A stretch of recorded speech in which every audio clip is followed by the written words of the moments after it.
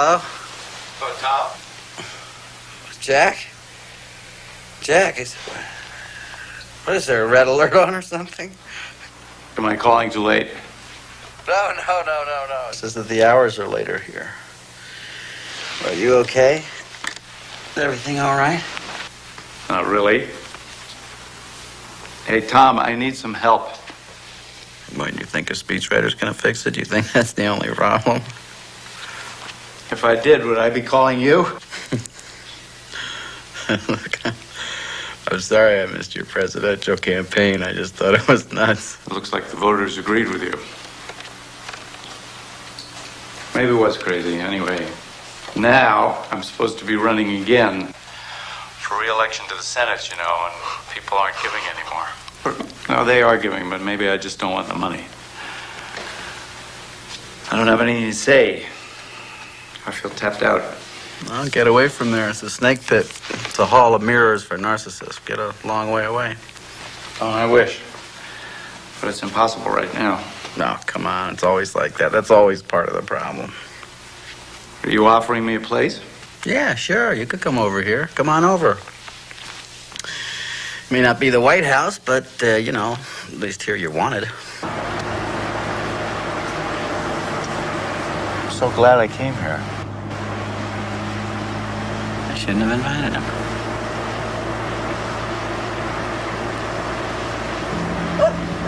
Incredible. Look, there it is again.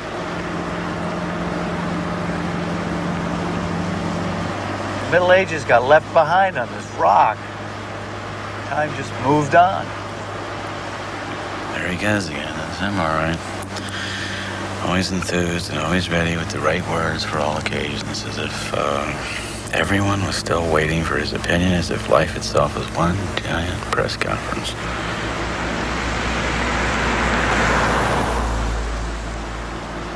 Maybe that's all there is to his public persona. Maybe I've been fooling myself these last 20 years. Always looking for the real guy behind the facade. Maybe the facade is the real guy. This is amazing. Sure it is. Everything's always amazing to the guy. God, why am I bitching all the time? Maybe it's just a premonition that this trip's gonna be a disaster. I can't say that I need Jack's company at this time in my life. I'm residing quite contentedly in my own midlife crises. Thank you very much. This is about as far away from Washington as I could possibly get. Thank you. There he goes. That's why he irritates me, and that's why I love him too. The states, the whole shebang. Behind the innocence, there may be a calculating politician, but behind the politician, there's an innocent. He's still American enough. He doesn't lie well at all. He means it. You want to stop the car and get out and take a look around?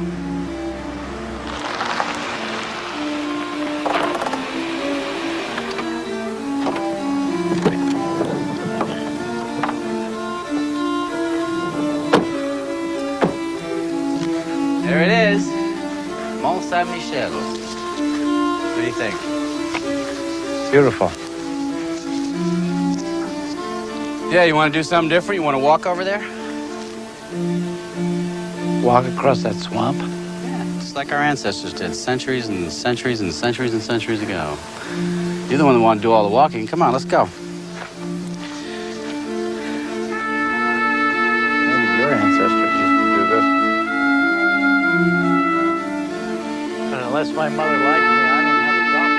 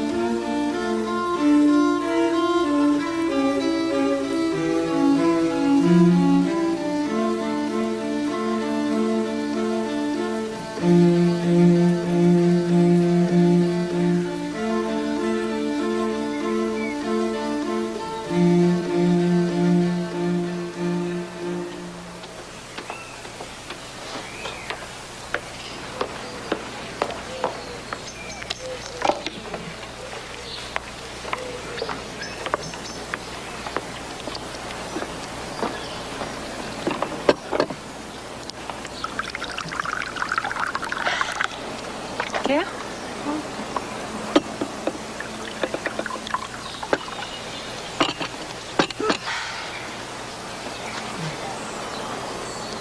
So are we gonna do something today? I thought I'd finished my book.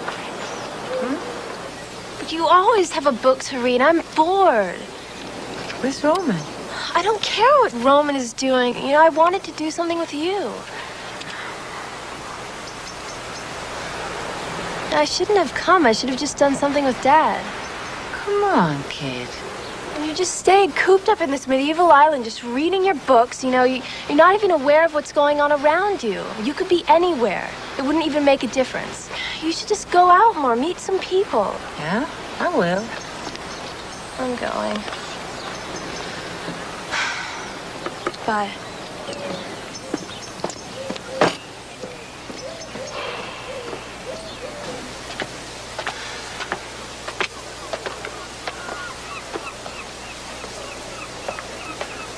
Are you moving to France permanently?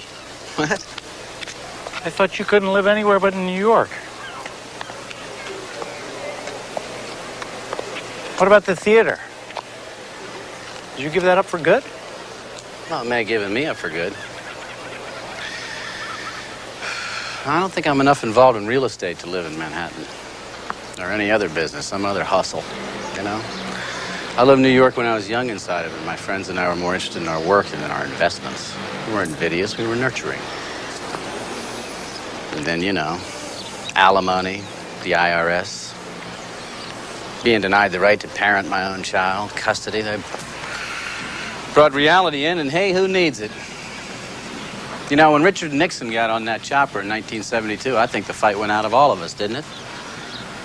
The big business took over and set the agenda, and boy, when you buy into big business, when you buy into that, man, you got to emancipate yourself from your morals, or you live a life of squeamishness. Is this our same old argument? I lost my morals, did I? Just automatically by going to work on things and staying inside the system? Well, Jack, you're taking me a little personally. I was talking about myself. I was saying that I got a little squeamish, you know? You know, I know a lot of people that work at a lot crasser jobs than you do, and they're happy, you know? They're happy, they're healthy, they're not depressed, they enjoy the material blessings. Me, I couldn't handle it. I couldn't stand it. I just couldn't. You know, Confucius say of the 39 steps of escape, the best one's flight, so I fled. And here I am in France, where I can pull down my pants. I'm enough of a retarded romantic, I guess, to believe that France is still a place where you can get away and think. So I'll stay. I guess. Or I won't. We'll see. This place is like a fairy tale. How did we wind up here? I bet there's some secret plan of yours behind all this. You know, I bet I could say the same thing about you. No, I just thought you might like to come here to discover that precious quality that the world so desperately lacks. Yeah. Vision. Perspective. Perspective, Jack. This is why the dead are placed in the middle of the town among the houses.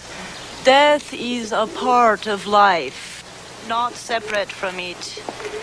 But you will see there aren't enough graves for all the generations of Mont-Saint-Micheliens, so every decade or so the bones are dug up so new bodies can be buried here. And since they believed you will need your bones again on Judgment Day, they placed them nearby in the charnel house. Oh, that's disgusting. I like cemeteries. And in the back there, in the church, there is a relic of a saint. What's a relic? Oh, maybe a shaving of the saint's fingernail or a scrap of the saint's teeth. Tell me, Jack, how do you expect to govern these people, That's a good question. You know, there was an Italian premier once. This was just before Mussolini. Somebody asked him if it was difficult to govern Italians. He said, difficult to govern Italians? No, not difficult. Only useless. You didn't say that on the 6 o'clock news. No, but I thought it night and day. Maybe that's why I lost.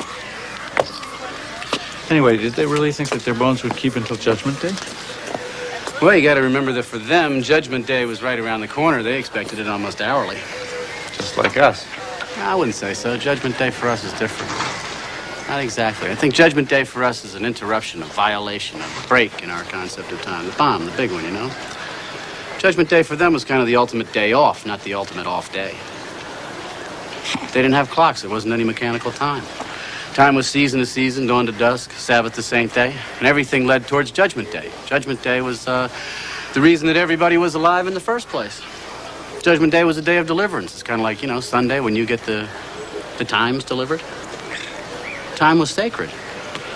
They'd ring a bell in the morning, they'd ring a bell in the evening, and those moments would change a little, but basically the rhythm of their era was so different from ours that I don't think that we could even imagine it.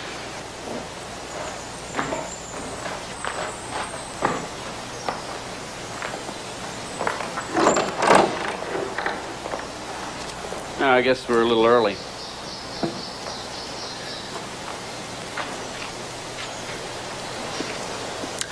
No saint stands alone. What? No saint stands alone. Every time I come here, these lines come to me, God knows from where. It sometimes takes me weeks, even years, to figure out what the hell they mean.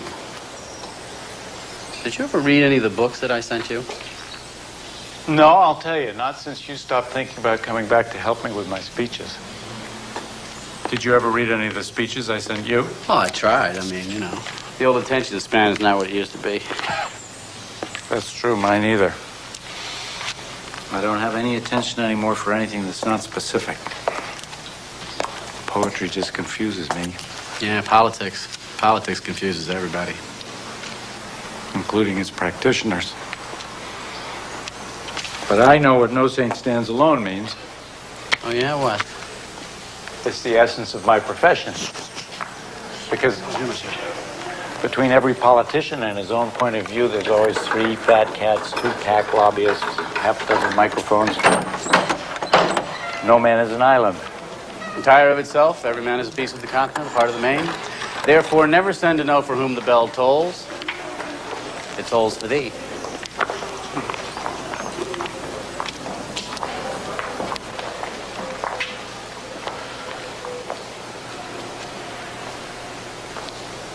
Can't you just feel the place watching you? Yeah, it makes you feel pretty small. Yeah, it was supposed to. The individual in the human body was supposed to feel small, dwarfed, denied all independent existence. We lost some of the sense of being all one. But we got our freedom. That's not a bad trade-off, really. I don't know. Still don't know if it's worth it. We haven't lost more than we've gained. All I ever hear anybody talk about today is themselves. I wrote a poem once. It's titled, "The Stones Speak, I Am Silent." Well, at least you're free to think what you want and do what you can about it. Think of the poor guy who had to carry the stones up the hill to build this place. He didn't have any say in his life at all. Or try running for office someday. You won't feel so bad. Someone else sets the agenda. Someone else sets the schedule. Somebody else decides what you can say and what you better not say. Talk about losing yourself. People have been known to forget their own names. Maybe you're too smart to be president. Yeah, a television correspondent told me that once. What'd you say? I got a little steamed. I said American voters want their leaders to be dumber than they are. They figure they'll do less harm that way, and that it's an expensive form of cynicism. You said that on TV? Yeah. Maybe not so smart after all.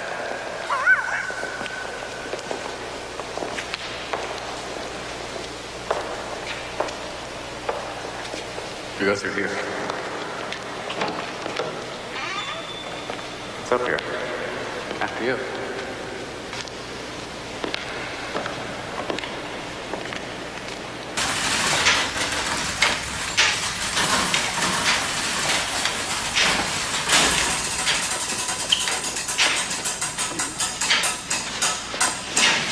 Look at this, look at this, look at this. This thing has been functioning for hundreds of years.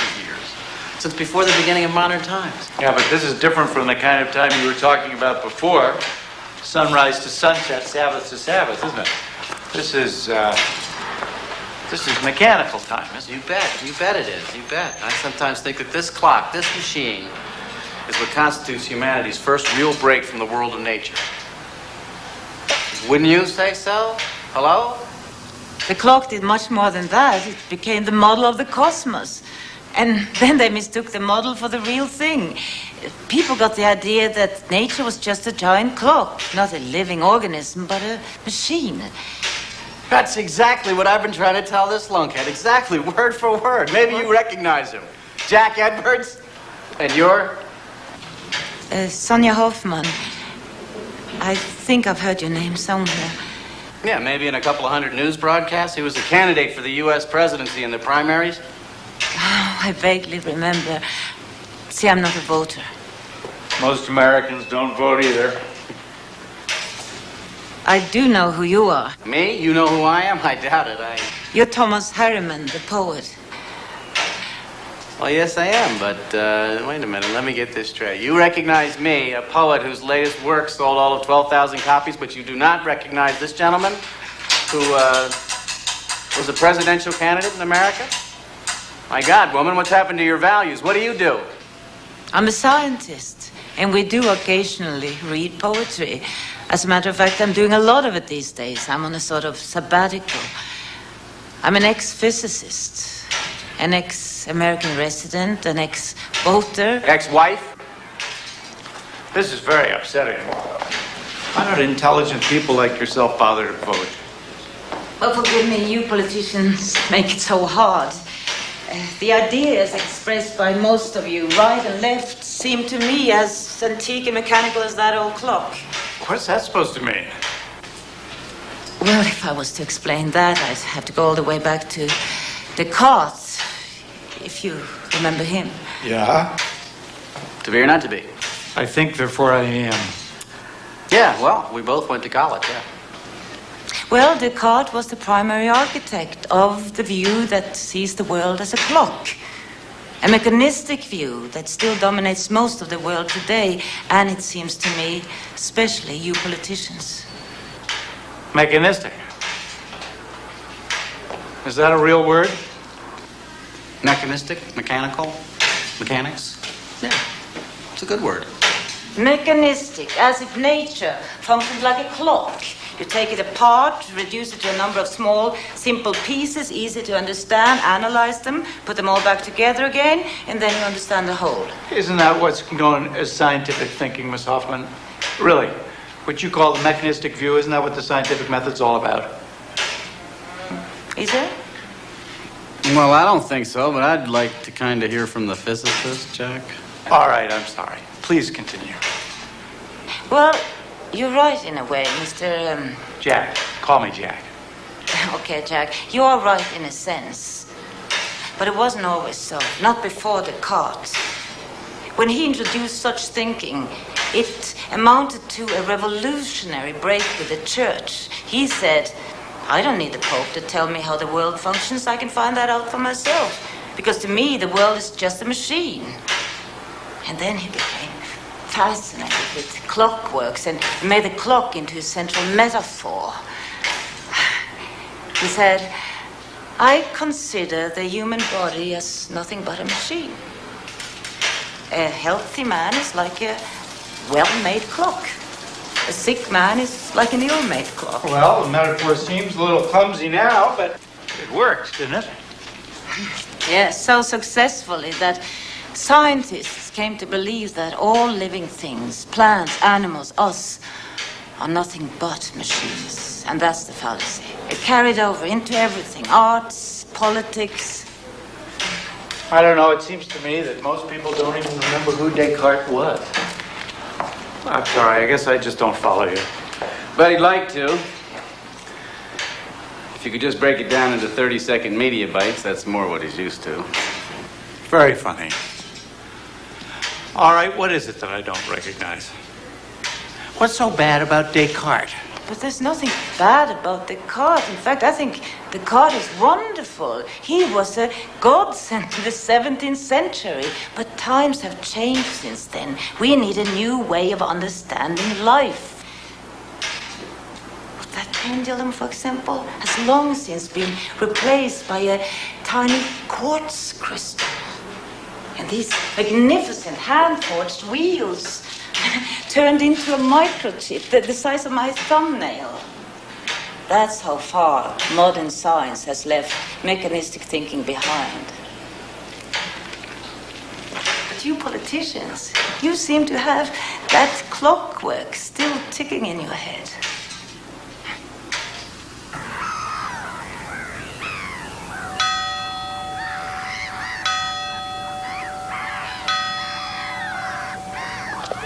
Keep on going, Sonia. Don't stop.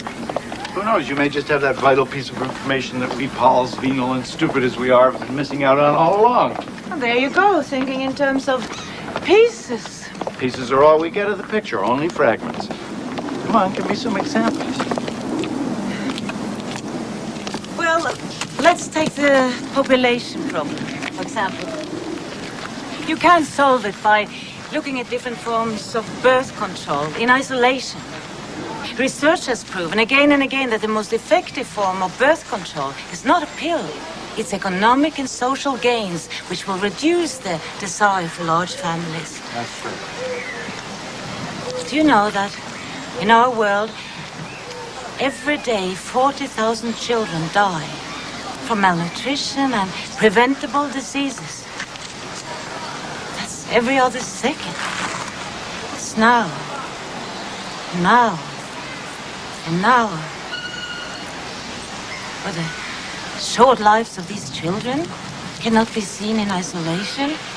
They're part of a whole system involving the economics, involving the environment, and more specifically, involving high levels of third world debt. How's that? The burden of frenzied borrowing is not falling on those with foreign bank accounts, nor on those who created the imbalance. The burden is falling on the already deprived. 3 years ago, President Nyerere asked the question, must we starve our children to pay our debts? That question has been answered in practice. And the answer has been yes, because since he asked, hundreds and thousands of little children in the third world have given their lives to pay their country's debts. And millions more are still paying interest with their malnourished minds and bodies.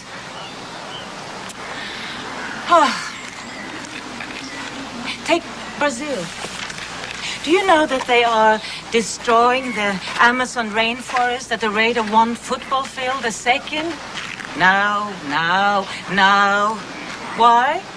They're trying to pay their national debts with cattle and land speculation. They don't even have time to sell the timber, so they're setting fire to the woods. And our barren forests are one of the main causes of the global warming, the greenhouse effect. And in the meantime, we are pouring our money into the arms race. See, you cannot look at one single of our global problems in isolation, trying to understand it and solve it. Of course, you can fix a fragment of a piece, but it will deteriorate a second later because what it was connected to has been ignored. We have to change everything together at the same time. The ideals, the institutions, the values. All of this sounds kind of familiar. Do you two know each other? Is this a setup?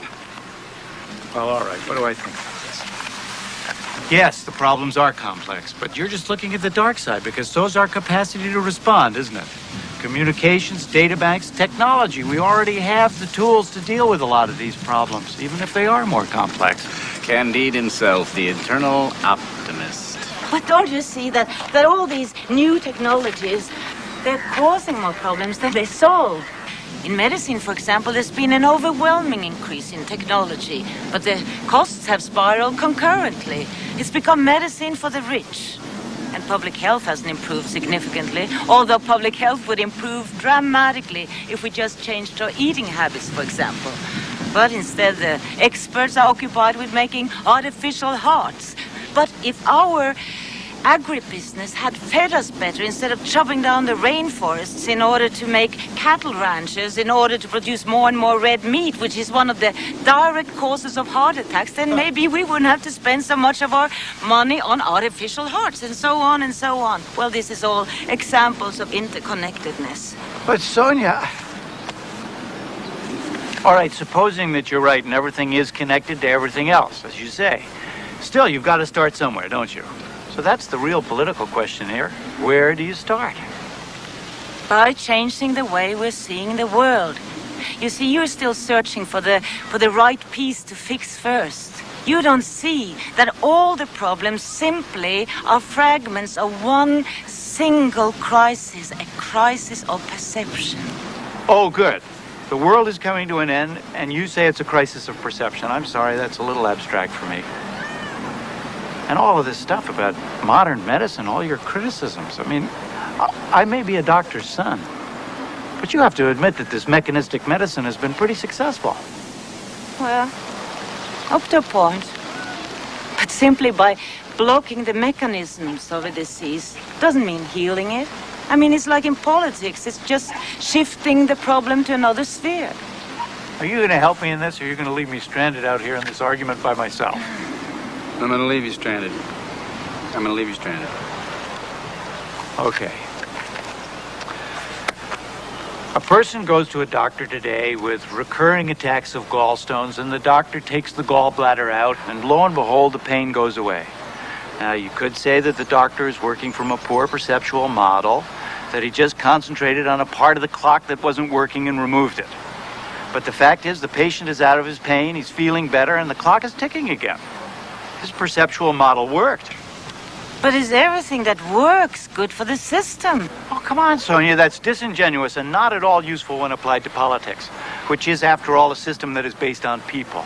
It's the art of bringing people to agree on a certain course of action. If that course of action succeeds, the people are satisfied.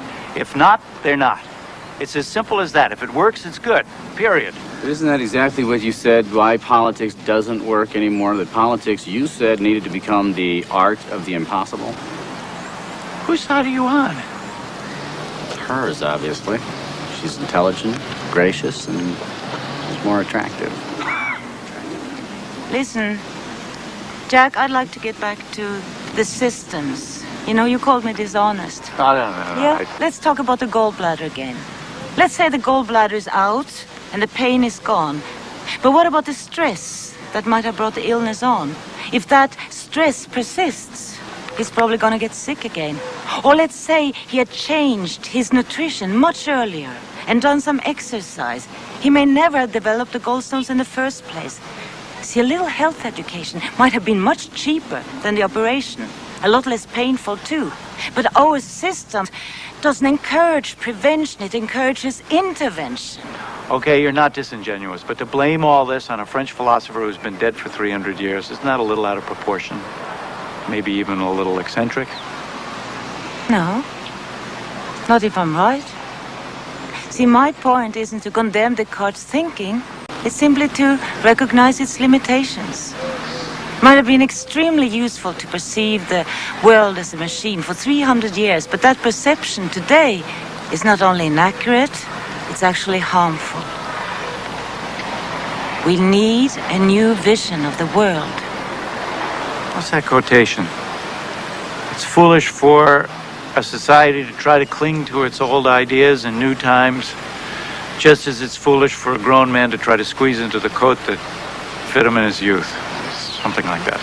Thomas Jefferson. Maybe you're not crazy.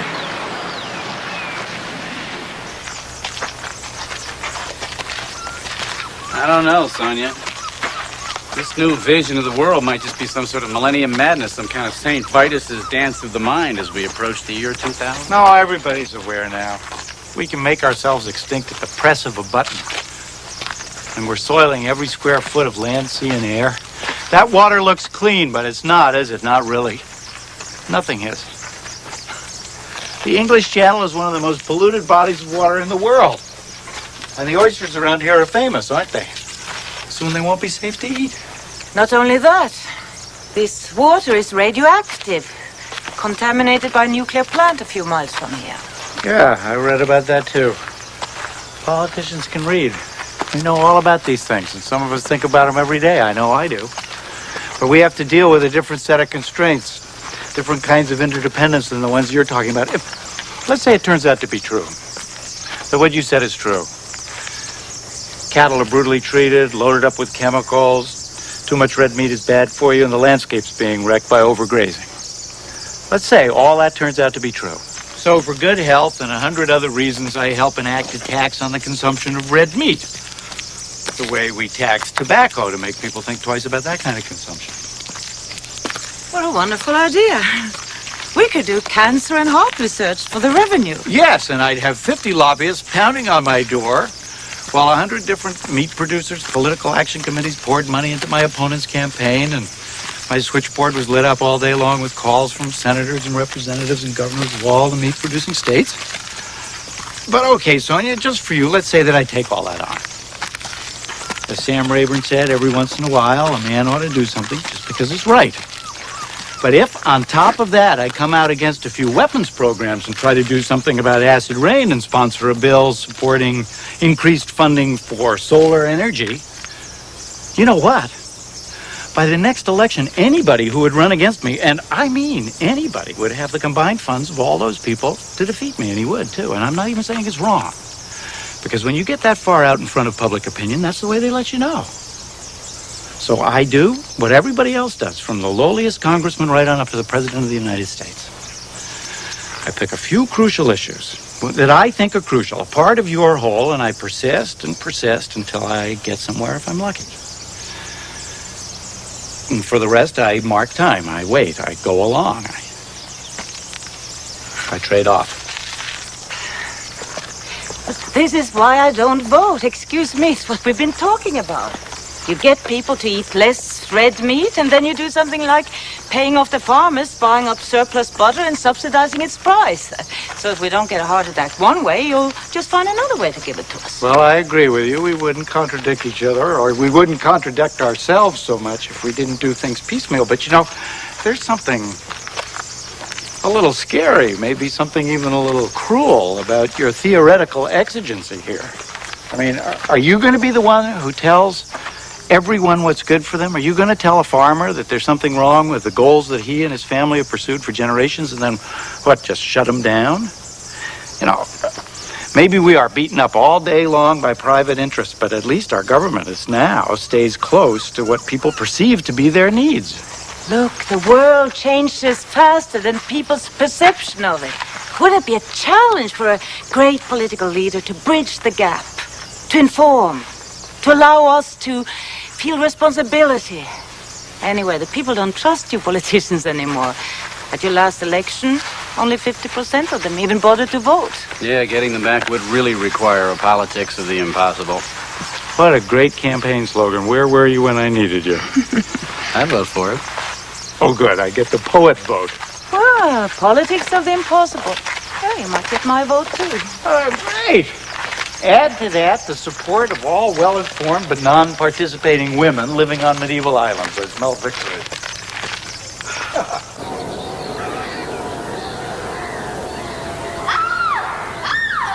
C'est génial, on est chez Freddy ici, Ouais, c'est hein? génial, on va faire une fête. Ah, fais plus fort!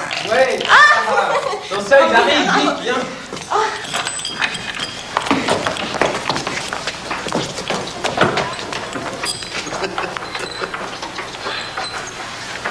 Why does that make me angry?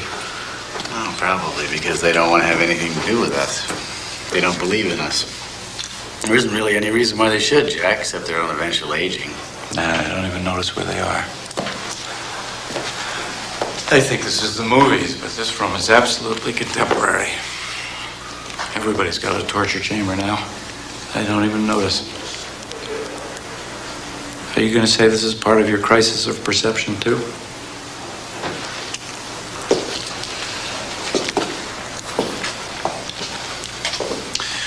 Yeah, or maybe we're all led a little towards death. Like wolves to the weak.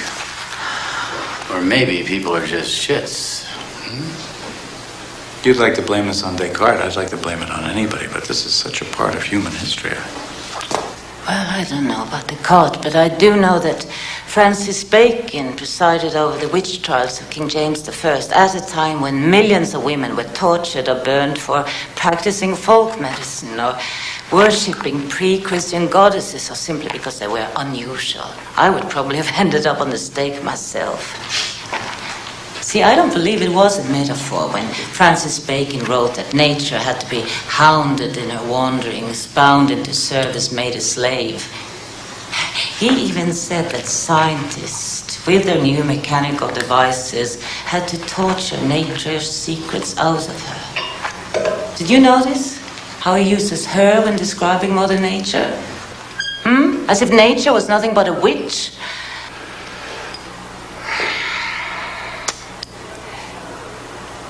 Yes. It's actually fair to say that this room represents a crisis of perception. But this room was here for a long time before Descartes and Bacon. Violence goes on no matter how mankind understands the world, doesn't it? And exploitation. Of course, we'd all like to think it would be different if we saw things differently. But hasn't modern science, technology, business done exactly what Francis Bacon preached? Tortured our planet. Didn't we just implement the old patriarchal idea about man dominating all? I don't know, Sonia. Let me be the devil's advocate here for a minute. How much have we really tortured and hounded the planet? I mean, you could say not much compared to what the ice ages did to the world, for example. And who says that nature can't cope? We're all scared to death about the disappearing ozone layer, but we only started studying ozone levels about 10 years ago. It could be that these so-called holes in the atmosphere have been appearing and then disappearing again since the beginning of time. Couldn't it? Could be that nature has a healing mechanism that we don't even know about. It could be that this hysteria about ultraviolet rays is nothing more than that, just hysteria. That's exactly what he said about the German forests only a few years ago. And look at them now. More than half of the trees in the Black Forest are dying. We can't explain it away any longer. We simply cannot take the risk. And right here around this island, the tides are slowing down. Maybe because of silt building up from garbage being dumped in the bay or from the overuse of fertilizers. Lakes can die. Entire oceans become polluted. Topsoil, forests, water, poisoned, dead. Things can change so fast. In the hands of man, nature becomes fragile. Rain becomes acid. I agree with everything you said, but why this patriarchal fixation, I mean, in Salem, those women witches were betrayed by other women. Phyllis Schlafly, a woman, has written that God's greatest gift to mankind is the atom bomb. I mean, these are women. Why can't you just say what's patriarchal is what's evil in both men and women and let it go at that? There's plenty of that to go around. Unless, of course, you happen to believe that these women were brainwashed by men like Patty Hearst. Why are you so scornful? Look, there are two great principles functioning in this entire living world. The male principle, pick the adjective, the aggressive, dominating, whatever. And the female principle, nurturing, caretaking, gentle, whatever. What I am saying is that these two principles may have been in a rough balance, but now the men, and yes, I do think it is the men, have created the tools, the weapons, both intellectually and physically, to bring these two principles way out of balance. We have been placing mechanistic tools in the hands of power-oriented patriarchal people. I'm saying you men are out of control now. And I, you, we all, we are the victims. So what's the risk? What's wrong with giving the female principal an opportunity? And I say, let's get out of this room. It's having a torturous effect on our relationship.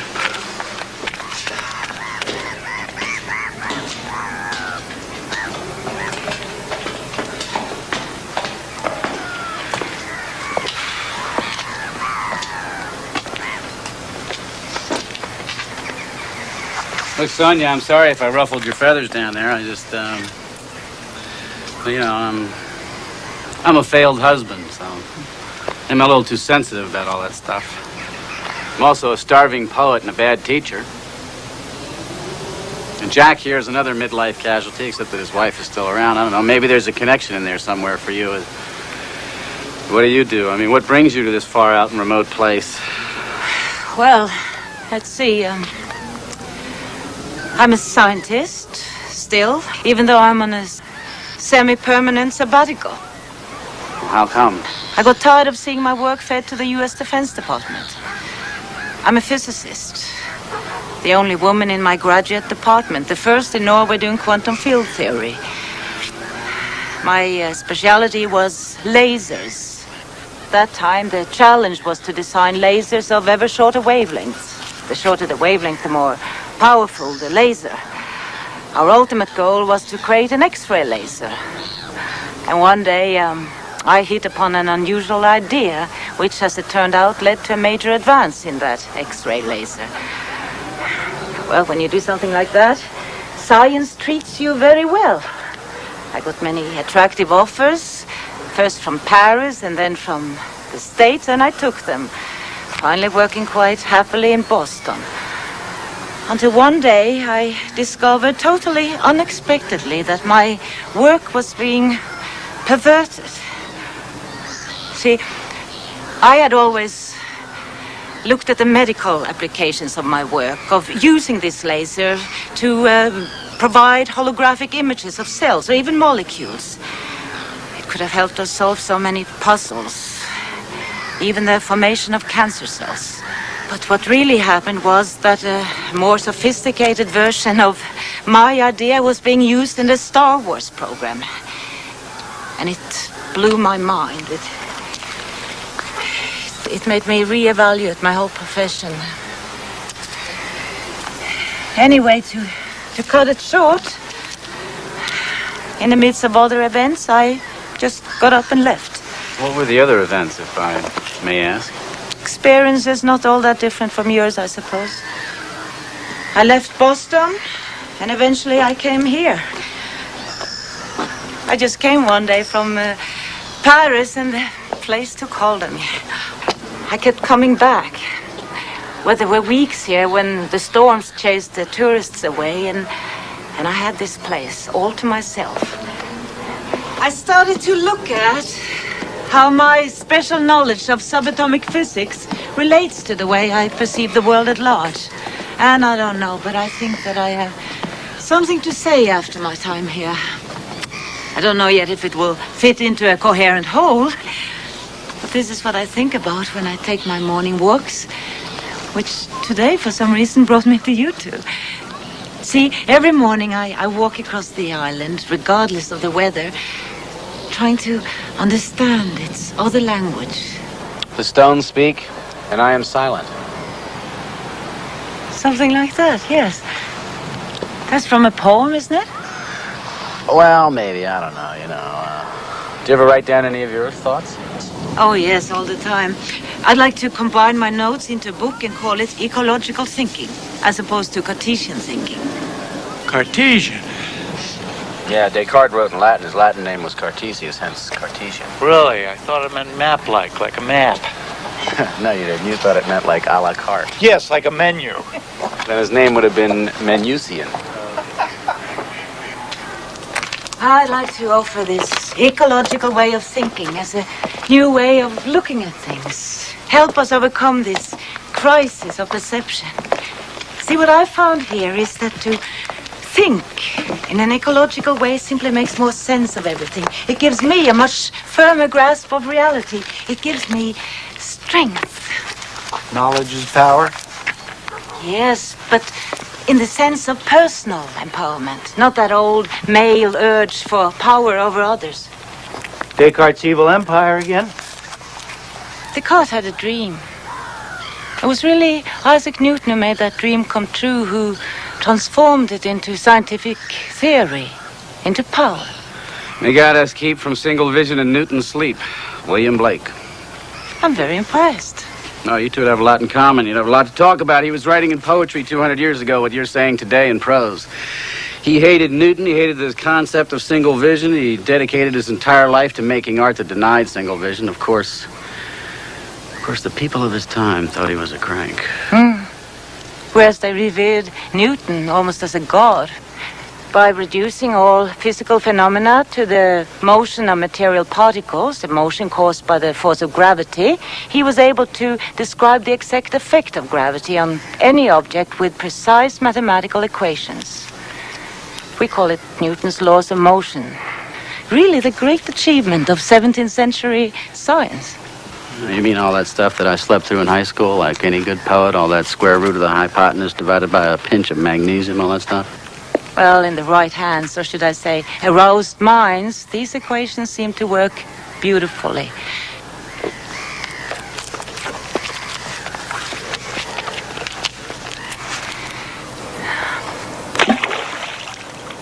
I could use Newton's equations to calculate and explain every motion of that throw, from the ballistic curve to the ripples in the water. See, this was a feat so impressive for the time that Newton's mathematical system immediately established itself as the correct theory of reality, the ultimate laws of nature. Descartes' dream of the world as a perfect machine was now an established fact. It brought with it such wealth of benefits for people. People could do things they'd never been able to do before. It was irresistible. And of course, the old notions of the world as a living organism was swept away. So what's wrong with Newton?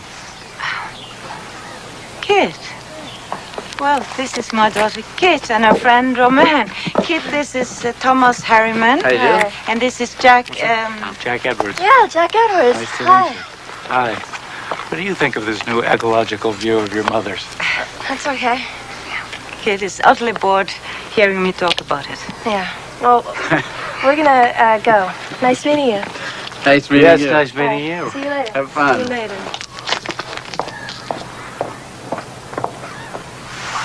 Oh, so she's living here with you? No, she's in her first year in college. She's on a break. But right now, yes, I think she's utterly bored living here with me. I understand that. I have two of my own. Yeah, I have one. You know, it's no accident that Turner painted light when he did. Or that light became the inspiration of the Impressionists. The nature of light became an obsession with the physicists too. See, none of them could visualize how the light of the sun reached the earth. Why? What is the nature of light? To understand the nature of light, you have to know what matter is made of. I thought it was made of atoms. What's an atom? Well, Newton thought it was small, solid particles. But that's not what scientists saw when they observed atoms for the first time. What they saw was totally unexpected and shocking. You mean when they discovered that atoms were made up of even smaller particles, a nucleus with electrons whirling around it? Not only that, they were moving in relatively vast regions of empty space. That's what shocked the scientists up. Atoms consist mainly of empty space. What does that mean, vast regions of empty space? Atoms are tiny. Yes, they are. This is what's so hard to visualize. See, the size of atoms is so far removed from our ordinary sense of scale and proportion that it's extremely hard to get a feeling for the relative sizes and distances of their particles. Ask yourself, how many atoms are there in an orange? Now, to answer this, you'll have to blow up the orange to a size where you can actually see the atoms. You'll have to blow up the orange until it's reached the size of the Earth. The atoms inside of it will then be the size of cherries. Myriads of cherries tightly packed into an orange the size of the Earth. Wow, what an image. I'm serious. I was trying to shrink the Earth orange back down to the size of an orange and imagine all those cherries whizzing around inside of it. It made me dizzy. This is a dangerous height to be dizzy at. But okay, you say that the atom is the size of a cherry and that in that cherry atom there's all this empty space. Well, what about the nucleus? There is a nucleus in there, right? I mean, how big is that? That's where we're going here, isn't it? Invisible is the answer. If we blow up the atom to the size of a football, the nucleus would still be invisible. If we blow up the atom to the size of a sphere that would fit into this room here, the nucleus would still be invisible. What if you blew it up to the size of this island? To the size of the rock we're standing on? Okay. We would blow the atom, the cherry, up to the size of this island. Okay, then the nucleus would be the size of a small pebble. Something like that. And the electrons would be much smaller still. We would have to look for them all the way down there at the edge of the island. And the whole space in between would be empty. Wow, that's fantastic. It's weird. That seems weird in poetry. So what you're saying is that if there were a sphere large enough to contain this whole island, what it would actually consist of is a pebble and a few grains of sand. That's all this huge sphere contains. In other words, nothing. It's empty. But if this rock is made up of spheres like that, then what makes it so solid? Why can't I pass my hand through it? Why don't we fall through it? Yeah, why don't we fall through everything? Why doesn't everything fall through everything? Well, you see, this is the obvious question that physicists had to ask.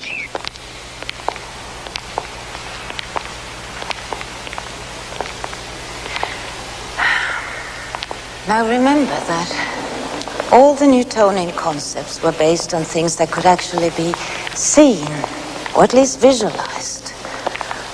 But what they were now finding in this strange and unexpected world were concepts that could no longer be visualized. And when they went on battling with this absurd phenomena of atomic physics, they were forced to admit to themselves that they didn't have a language, not even an adequate way of thinking to describe their new discoveries. They were forced to think in entirely new ways in terms of radically new concepts. To understand why matter is so solid, they had to question the conventional ideas about the very existence of matter. And after many frustrating years, they were forced to admit that matter does not exist with certainty in definite places, but rather shows tendencies to exist. Tendency? What the hell does that mean? Now, let's say we want to observe an electron out there. Now, we cannot say that it is in a definite place. We can rather say it has a tendency to be out there in the front rather than in the back. Or here to the left rather than over there to the right. In scientific language, we actually don't speak about tendencies. We speak about probabilities. I seem to remember voting for a bill in the Senate that gave some physicists a lot of money for a detector that they said would tell them exactly where an electron is. Were we being gypped? Not at all. The strange thing is that when you actually make a measurement of the electron, it is in a definite place. But between measurements, you cannot say that it is in a definite place, or that it has traveled a definite path from one place to another.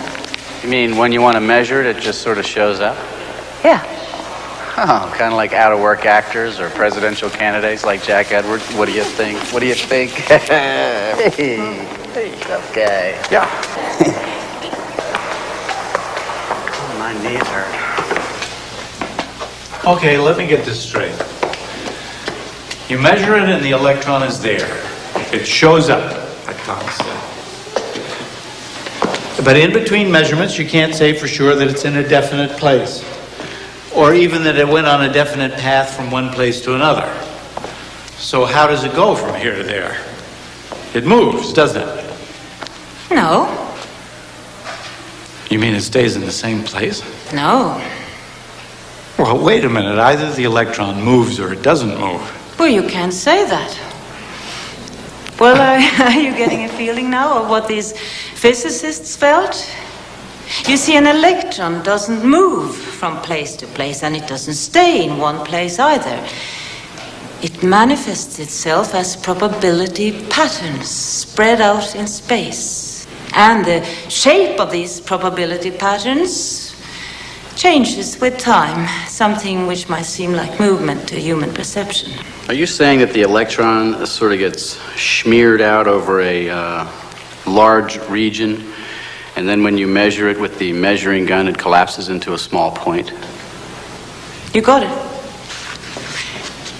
You see, all subatomic particles, electrons, protons, neutrons, manifest this strange existence between potentiality and reality.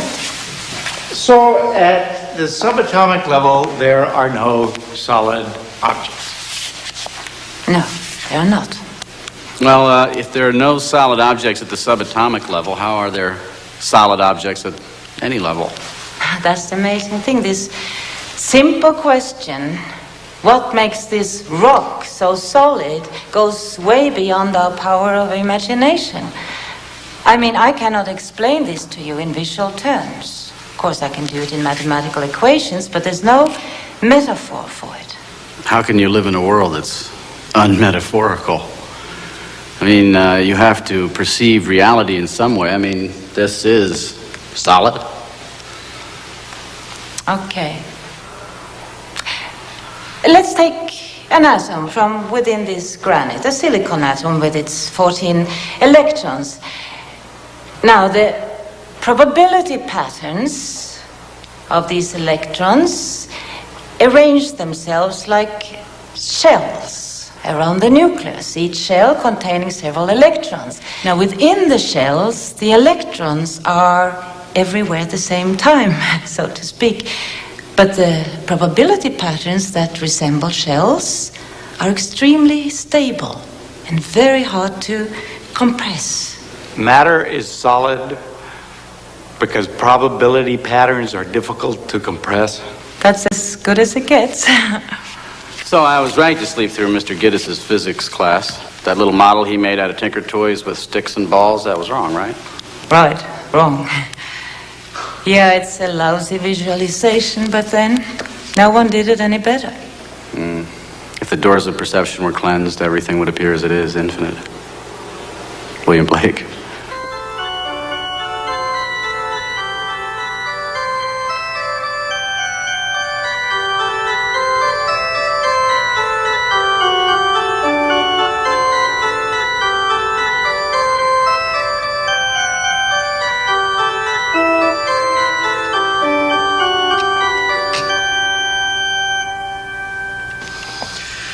So, Sonia, life's a bunch of probability patterns running around. Probability patterns of what? Of interconnections. What? Well, what I'm trying to say is that these probabilities are not probabilities of things, but probabilities of interconnections. See, Jack, that's what she was trying to tell you. See, we tend to think of subatomic particles as some kind of small billiard balls or small grains of sand. But for physicists, a particle has no independent existence. A particle is essentially a set of relations that reach outward to connect with other things. What are those other things, please? They are interconnections of yet other things, which also turn out to be interconnections, and so on and so on. You see, in atomic physics, we never end up with any things at all. The essential nature of matter lies not in objects, but in interconnections. Everybody knows the chord. It's the third, the most basic of harmonies. Carries with it a very distinctive feeling, no? And yet, its individual notes carry none of that feeling. Therefore, the essence of the chord lies in relationships. And the relationship between time and pitch makes melody. Makes melody. Relationships make music. Relationships make matter. Music of the spheres. As Kepler said. And Shakespeare before him. And Pythagoras before him. Now, this vision of a universe arranged in harmonies of sounds and relations is no new discovery.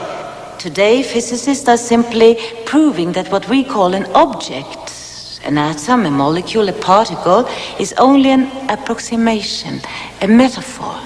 At the subatomic level, it dissolves into a series of interconnections, like chords of music. It's beautiful. Yeah, but there are boundaries, aren't there? I mean, between you and me, for instance. We are two separate bodies, aren't we? That's not an illusion. Is it? Are you saying that there is actually a physical connection between you and me and between you and the wall behind you and the air and this bench? Yes. At the subatomic level, there is a continual exchange of matter and energy between my hand and this wood, between the wood and the air, and even between you and me. I mean, a real exchange of photons and electrons. Ultimately, whether we like it or not, we're all part of one inseparable web of relationships.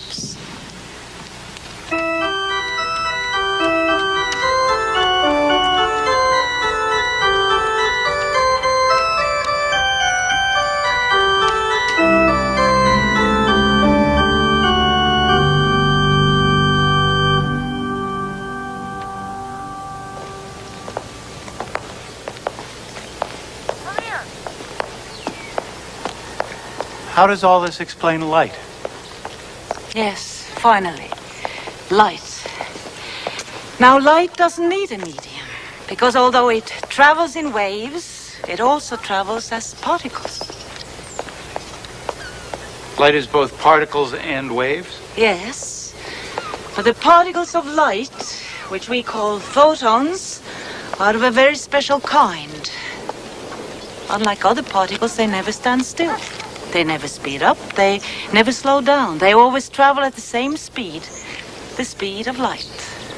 And the waves are not ordinary waves, like water waves. They are abstract patterns of probabilities, traveling in the form of waves. Patterns of relationships like everything else. Exactly. I get it. Well, I don't get it, but I get it. Let there be light.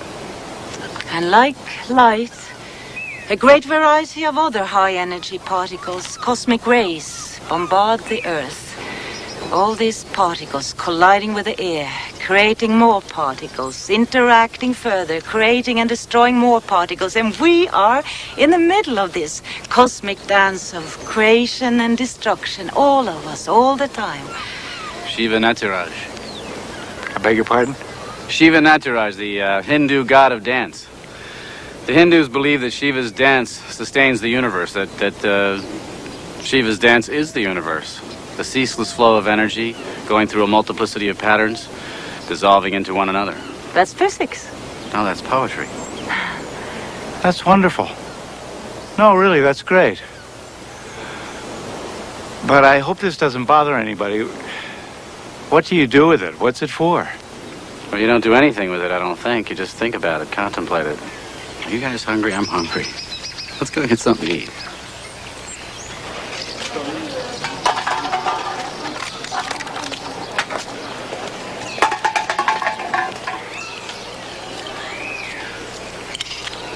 How can they do that here? I mean, how can they do that anyway? It's your fault. What? Well, okay, it's not your fault. It's physicists' fault. They made the bomb. You can't blame littering on the bomb. Why not? The bomb made the whole planet disposable. Littering is an expression of powerlessness. Like, hey, what difference does a little more crap make? It's all going anyway, kaplooey, you know? Maybe you're right.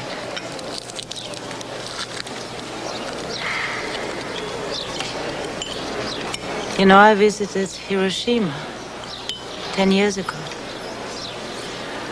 I went to the museums. I saw the photographs of devastation. I went to the Peace Park, looked at all the monuments. A statue of a mother with a baby. A statue of a goddess enveloped in paper cranes. Big peace bell. And then I saw a mound about 6 feet high, covered with grass. It wasn't decorated in any way. It wasn't a symbol of anything. No monument.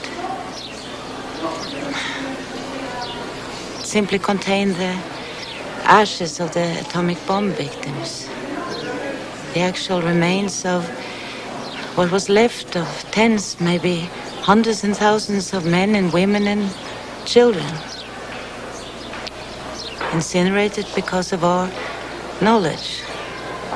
A flash of light that burned them and obliterated them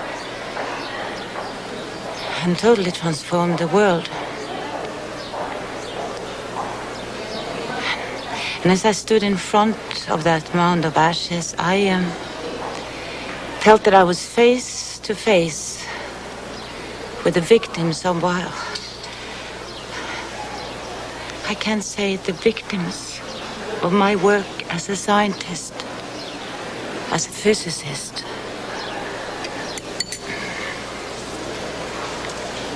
I cried.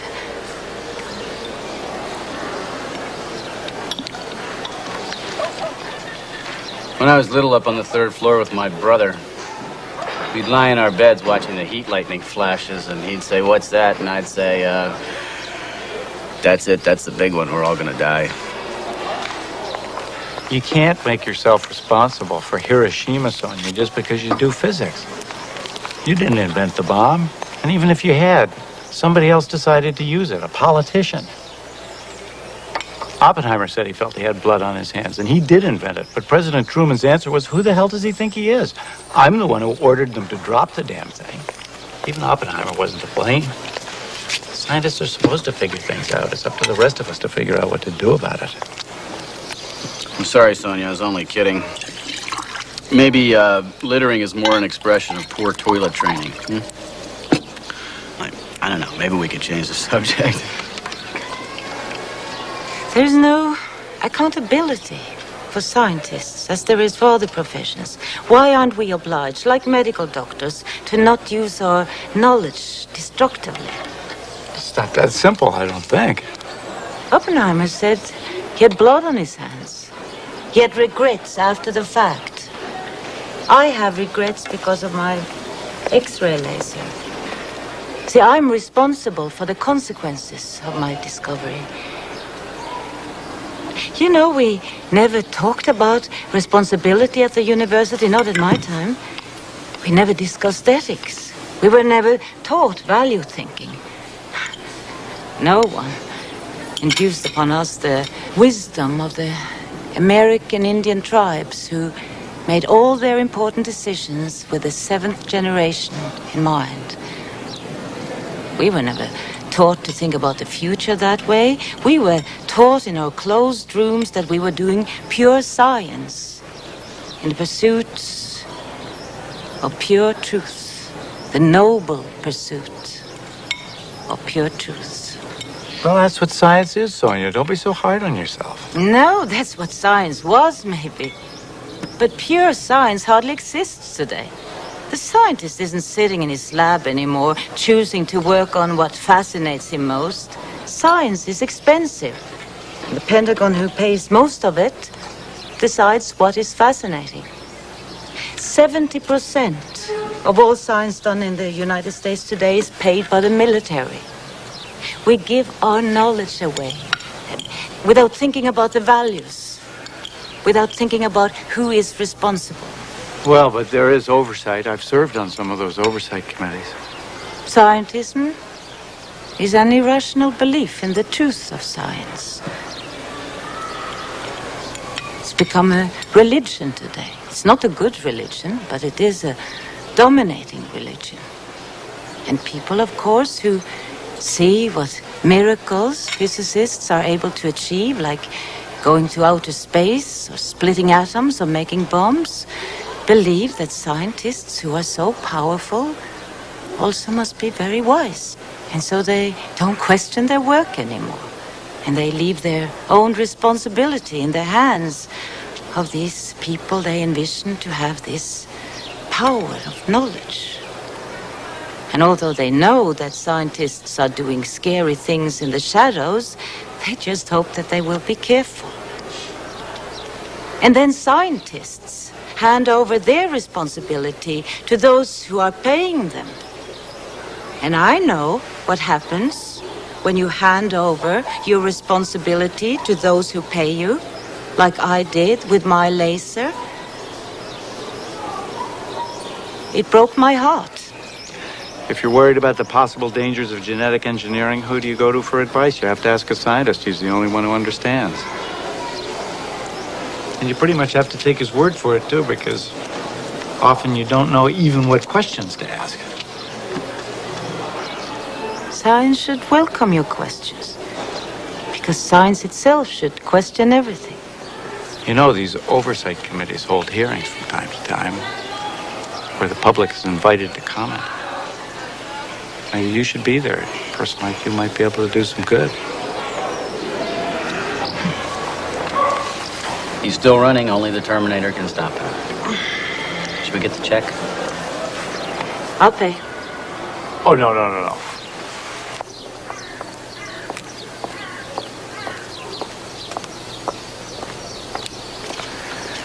1968, Chicago, Democratic Convention.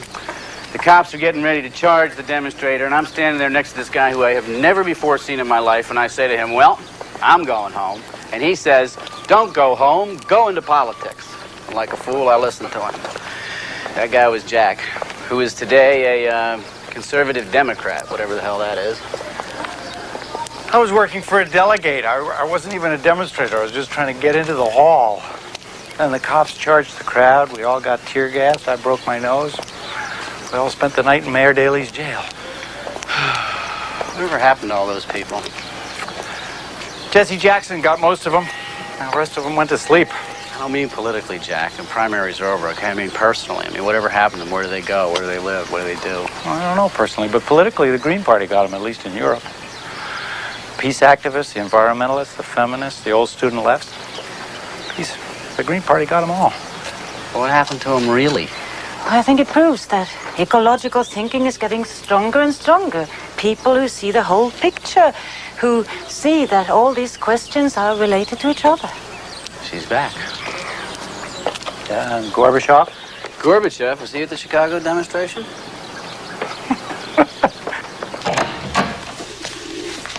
Mom, I thought you were with those men. Yeah, they're out there. Hello, man.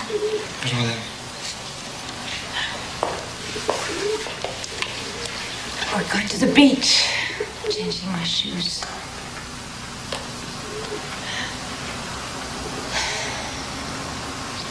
What's the trouble? Nothing. Did I do something wrong? No, it's just... I can't stand you talking about what's wrong with the world and your new vision of reality when what I hear, and what I think is that you're talking about your own problems or how you yourself feel disconnected. I mean, you can't even relate to me. Are you coming with us this time, kid? Yeah. Come, kid, please.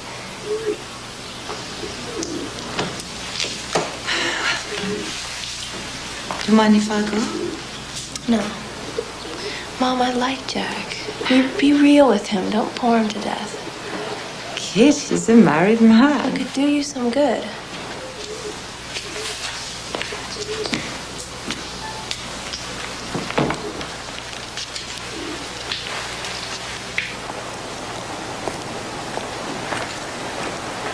And in 1968, Richard Nixon won the youth vote.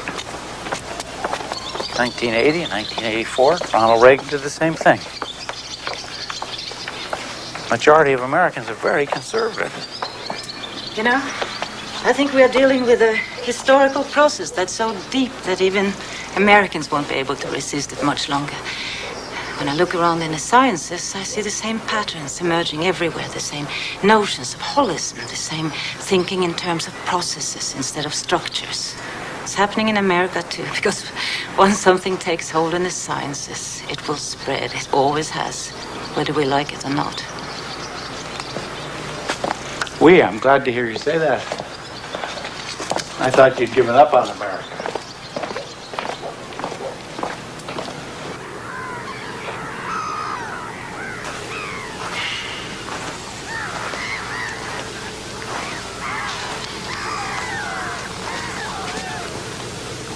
What's wrong with him? The color has probably caught him. He's a poet. He's got a license to be moody. It's taken him miles from his home, but it's kept him free. So, I sometimes think he can change his thoughts, his point of view about anything, anytime he wants. If he meets someone like you who sees things in a completely new way, he's totally free to go along with it. And should you succeed in really changing his views and win him over, you can be sure he'd sit right down and put those new ideas into a play or a poem. People would admire him for his flexibility. And you feel constrained by your constituency. Yeah, kind of. They want me to be the good old conservative Democrat they voted for. And basically, that's what I am. Anyway, I'm supposed to represent them. It's not all up to me. It's supposed to be the will of the people that sets the course. And the government that finds the means, the best way to give the folks what they want. Of course, it's all a mess right now. The problems are so complex. There's so much crossover from one problem to another. It's hard for people to even begin to think about them.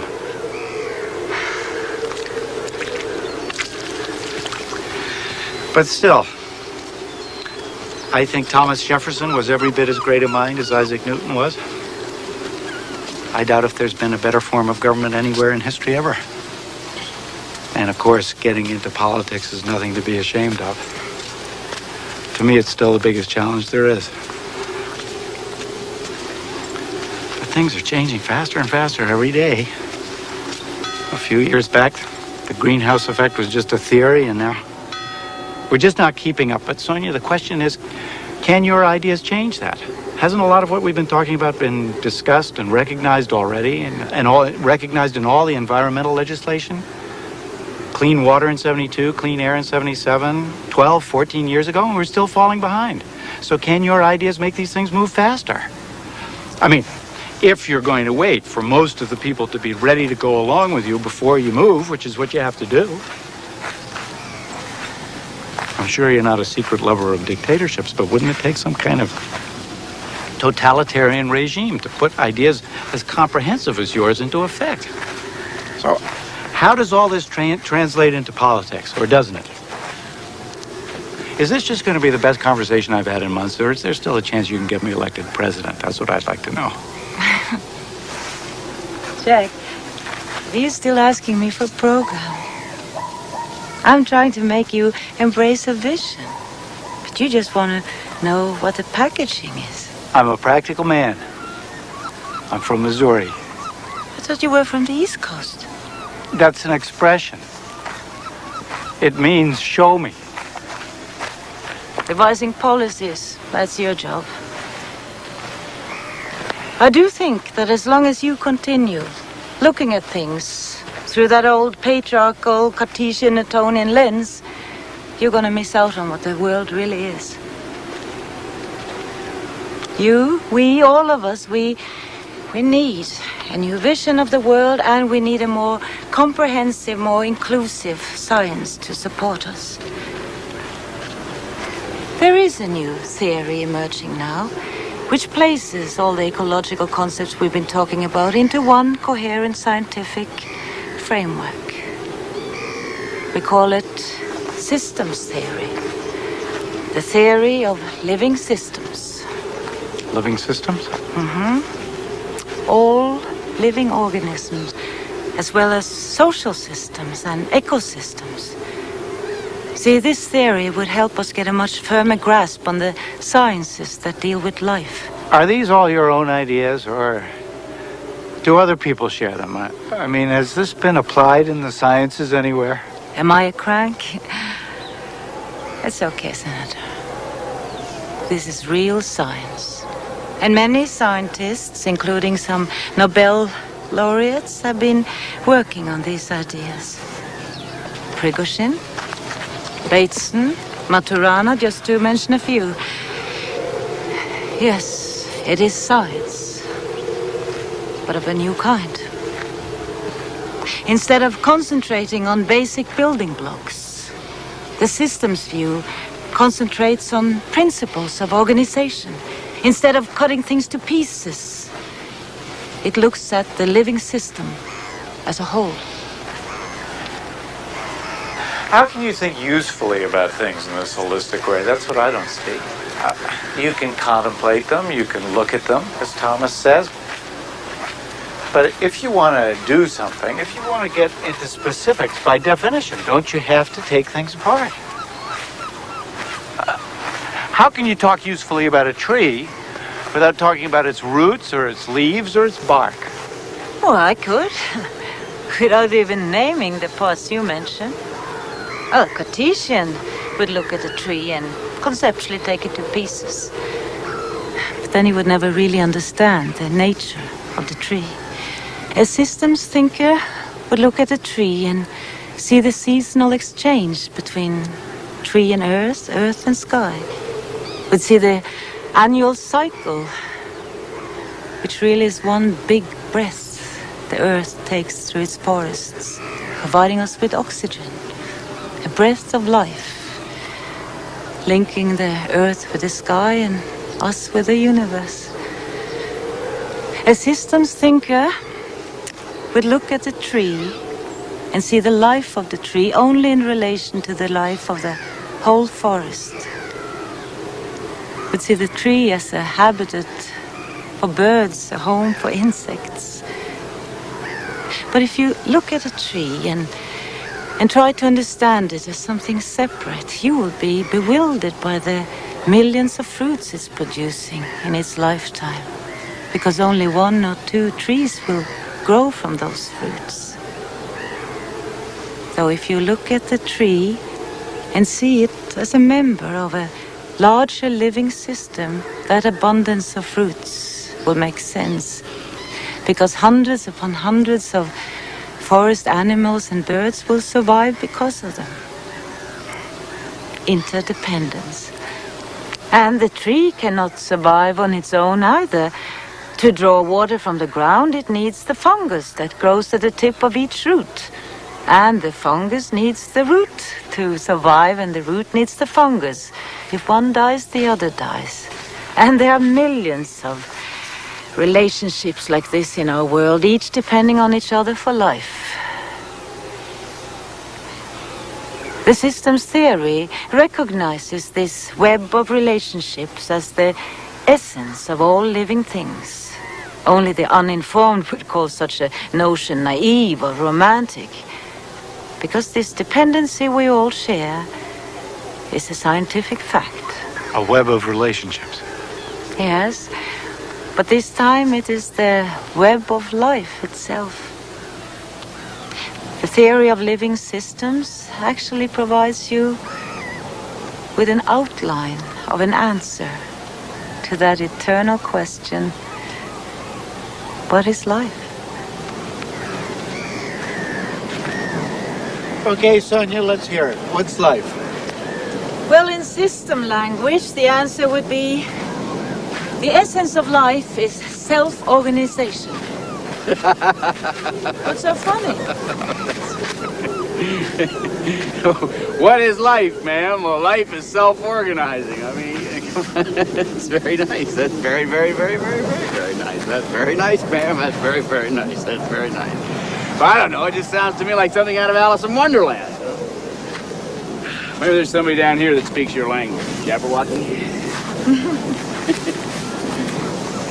Well, you know, as Merlin once said to King Arthur, don't dishonor your feast by rejecting what's come to it. Sit. What is life? Life is self-organized. Well, that's just extraordinary. Yes, it is.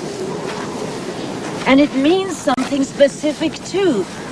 It means that the living system is self-maintaining, self-renewing, self-transcending. What does self-maintaining mean? Well, it means that a living system, although depending on its environment, is not determined by it. Take the yellow fields of rye around this island. With all the rain here, those fields should be green all year round, but every summer they turn yellow. Why? Well, to use a metaphor, each plant remembers that it originated in the hot and dry climate of Southern Asia. It remembers, and not even a dramatically different climate can change its inner workings. Self-maintaining, self-organizing. I see. What about self-renewing? What does that mean? Take us. Like all living organisms, we are constantly replacing ourselves in continuous cycles. Much faster than you can imagine. Your pancreas, for example, do you know that it replaces most of its cells within 24 hours? That means that you wake up with a new pancreas each morning and a new stomach lining as well. And your skin, do you know that your skin falls off at the rate of 100,000 cells a minute? Do you know that most of the dust in our homes consists of our own dead skin cells? That'll get into a poem. Our households are filled with dead skin. But at the same time, as all these dead cells are being shed, just as many are dividing and producing new skin. That's self-renewing. As Heraclitus once said, a man can't step into the same river twice. Sonia says a man can't shake hands with the same man twice with the same hand, right? Yes and no. Though most of our cells are being replaced, we do recognize each other because, you see, the pattern of our organization is still the same. That's one of the important characteristics of life. Continuous structural change, but stability in the pattern of the system's organization. And that's all there is to life? No, there is self-transcending. See, self-organization is not only the living systems maintaining themselves and continuously renewing themselves. It also means that they have an inherent tendency to transcend themselves, to reach out and create new forms. See, that is one of the most exciting parts to me, that the basic dynamics of evolution, it's not adaptation, it's creativity. You mean the living systems will evolve just for the hell of it, that they'll sort of go exploring whether they need to for survival or not, so that I'm not so far out of step as I usually suppose? No, you're not. Creativity is a basic element of evolution. Every living organism has the potential for creativity, for surprising and transcending itself. Creating what, for instance? Beauty? Oh, yes. Beauty, too. See, evolution is so much more than adaptation to the environment. Because what is the environment, if not a living system, which evolves and creatively adapts itself? So, which adapts to which? Each to the other. They co-evolve. Evolution is an ongoing dance, an ongoing conversation. We are systems and the planet is a system. We don't evolve on the planet. We evolve with the planet. Wouldn't it be extraordinarily powerful if you could introduce just that one idea into the political dialogue? Yeah, Jack, there might be something in this for you to renew your candidacy. Well, as for Sonia and myself. I bet you're going to say that it was my destiny to come here and meet Sonia and listen to these ideas. What am I going to do about this? I come from a country where they use 40% of the world's resources to support 6% of the world's population, which makes the population so happy and peaceful that we're the world's biggest drug market. And half our teenagers contemplate suicide, and 1 in 5 girls has tried it. Would a systems thinker give nuclear energy a second thought? We're up to our necks in it, and all of its waste. And the most important issue of what you've just been saying is the obsessive pursuit of growth. Now that has to stop. I know. I've been all over this 100 times. Obsessive growth, pathological growth, destructive growth. But how are you going to get anybody to accept it? What am I going to do? Where do you start? We have to give importance to the next generation. And the next. See, it was only when we failed to include them in our scientific theories and in our pursuit of growth that we placed all living systems in jeopardy. Just contemplate that horrifying fact that we are leaving to our children the most poisonous of wastes, plutonium. It's going to remain poisonous for the next generation, and the next, and the next. In fact, it's going to remain poisonous for 500,000 years. We should never have accepted that theory, knowledge is power. We should never have accepted the idea that what's good for General Motors is good for America.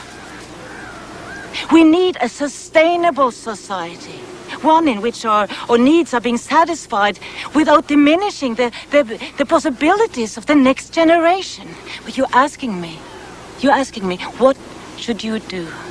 I don't know what you should do. You know what you should do. I know that what worked for me was to come here, be quiet, and take one thing at a time, think one thought to its end. Now that was my first real step. Telling you was my second. You can't pass the buck that easily. How about doing something direct about this? How about helping me? How about joining my staff? What do you mean? I don't know. Finding a way to get these ideas of yours into the political mainstream. You say it's urgent. You say the ideas are practical. I'll give you a chance to prove it. Of course, it'll be frustrating work. You'd have to watch a lot of lying and wheeling and dealing. You'd have to learn how to compromise, too. You'd have to get your hands dirty. Well, I get them dirty the way I want, here. In my ivory tower. Where I can sit and think. Something that Jack, with his tenacious pursuit of the common good, not to mention his own career, just doesn't seem to understand how an individual can want to get away. A long, long way away. Thousands and thousands and thousands of miles away. So that you can have the luxury of being a voice crying in the wilderness instead of being one of many voices trying to be heard over the clamor. Believe me, I can appreciate being here. I can understand why that'd be nice. I see the pedestrian nature of political work, but look, if you're going to say no, don't say anything. Just think it over.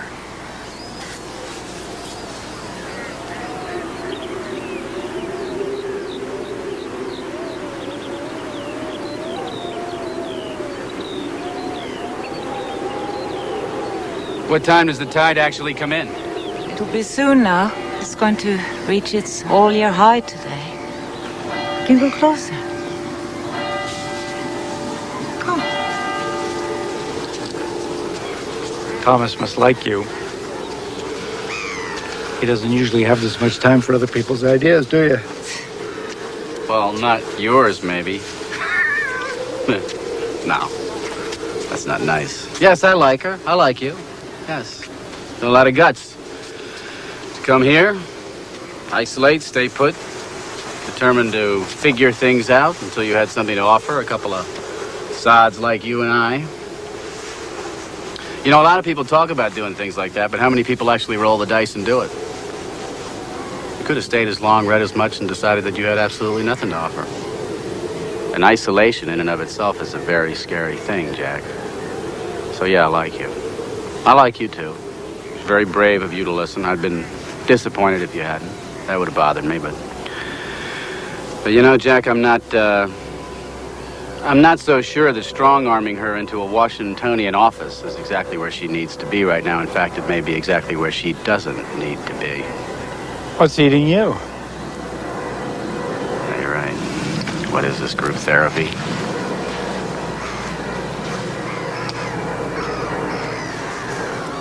All of this is covered in water when the tide comes in, isn't it? Oh, yes. Including the pastures. Must take a special breed of sheep to be able to graze around here at all with all this salt. And how could the grass grow without the manure and the sheep grazing on it? And I wouldn't be surprised if the people around here have a taste for salty lamb, so the people are in it too. The sea, the grass, the people, the sheep. You asked me what the lobster is weaving down there with its golden feet. I tell you, the ocean knows this. You say, who is the Acidia waiting for in its transparent bell? I tell you, it's waiting for time, like you. You say, who does the Macrocystis algae hug in its arms? Study it. Study it at a certain hour in a certain sea, I know.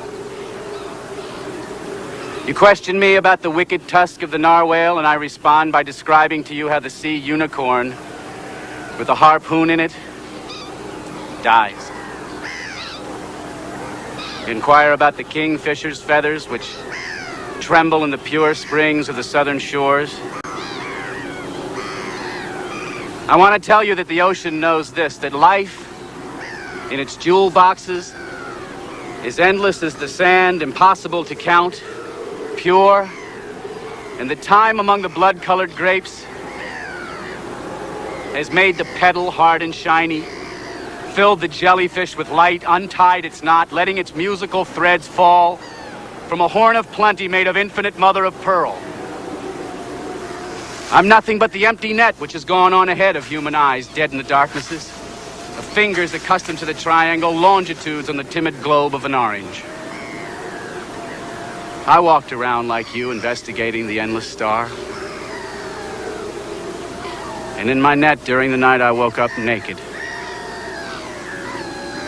The only thing caught? A fish. Trapped inside the wind. Pablo Neruda. Pablo Neruda! Does that remind you of anything? Walked around investigating the endless star?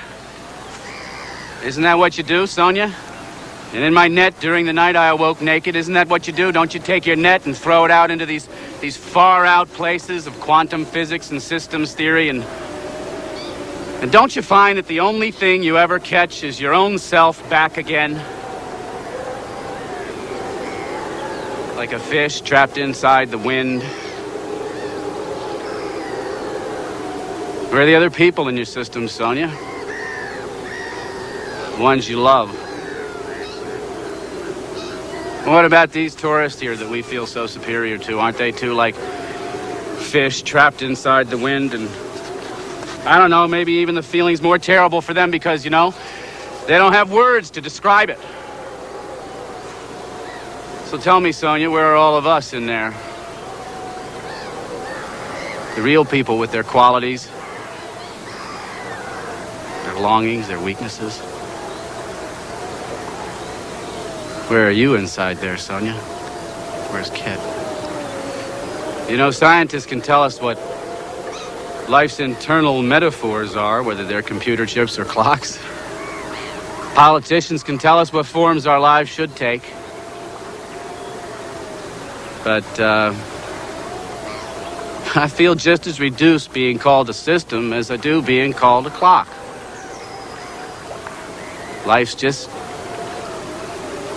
not condensable. You know, one group of people uses one set of words to change the world, then another set of people come along with a different set of words to change it, and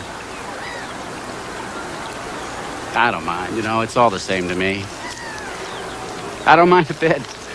It's like the seasons changing. And I like you. I like your timorous courage. I like the fact that you want to make the world a better place. God knows it could use it. And I like my silly friend Jack, who's crazy enough to think that he wants to be president of the United States.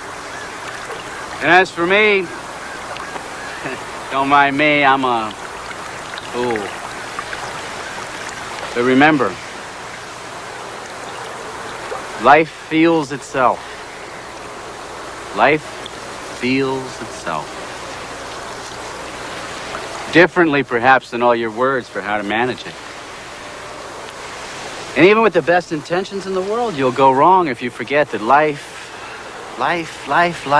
is infinitely more than yours or my obtuse theories about it. Healing the universe is an inside job. And you've helped me.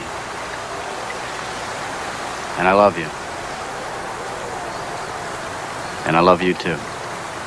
I love you both. Water. What a day! What a day!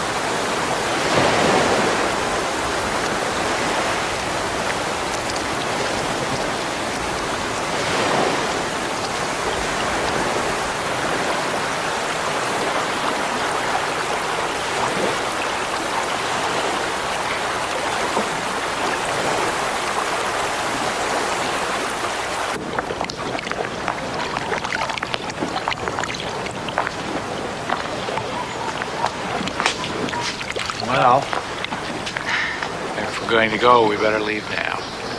Well, why don't you just stay? I don't know. Why don't you just come? Anyway, thanks. Thank you. Don't thank me. I love the day. I hate goodbyes. Maybe it's not goodbye. Please think about what I said. Let us know how the water rises. Does that matter? Of course it matters. Let it get all the way back to the line. Let it renew itself, right, Sonia? Maybe come to Paris to let me know. Or Washington. Or New York.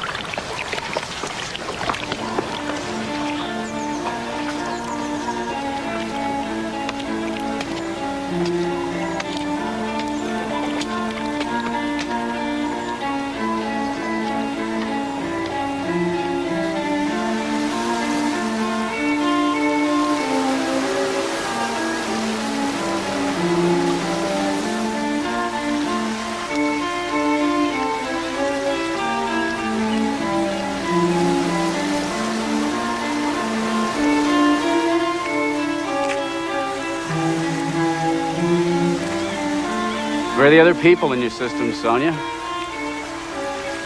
The ones you love.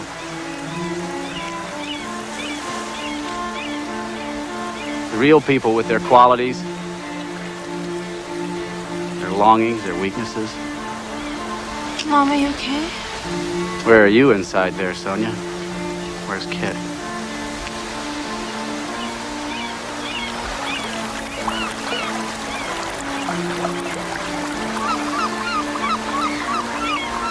What are you thinking?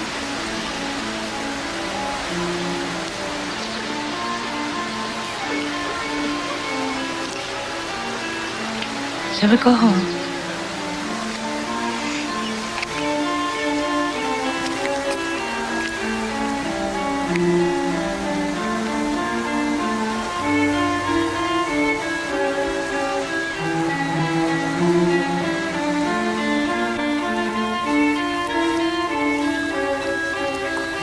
I feel like my long weekend in France has just come to a close. Maybe I too am tired of being a stranger, being outside a language and environment which lived, which resonated inside me. Our emotional system, as she might say, needs a larger system to nurture it.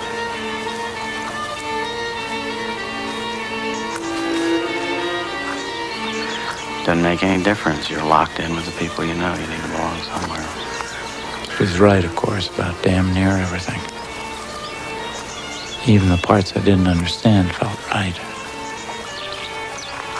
So, should I just go with it?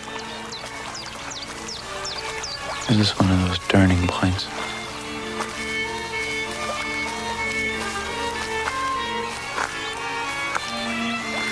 You, the woman, I, the man, this the world. And each is the work of all. There's the muffled step in the sand, the stranger, the crippled wren, the nun, the dancer, the angel's wing over the walkers in the village, and there are many beautiful arms around us and the things we know. I don't know how the rest of the damn poem goes.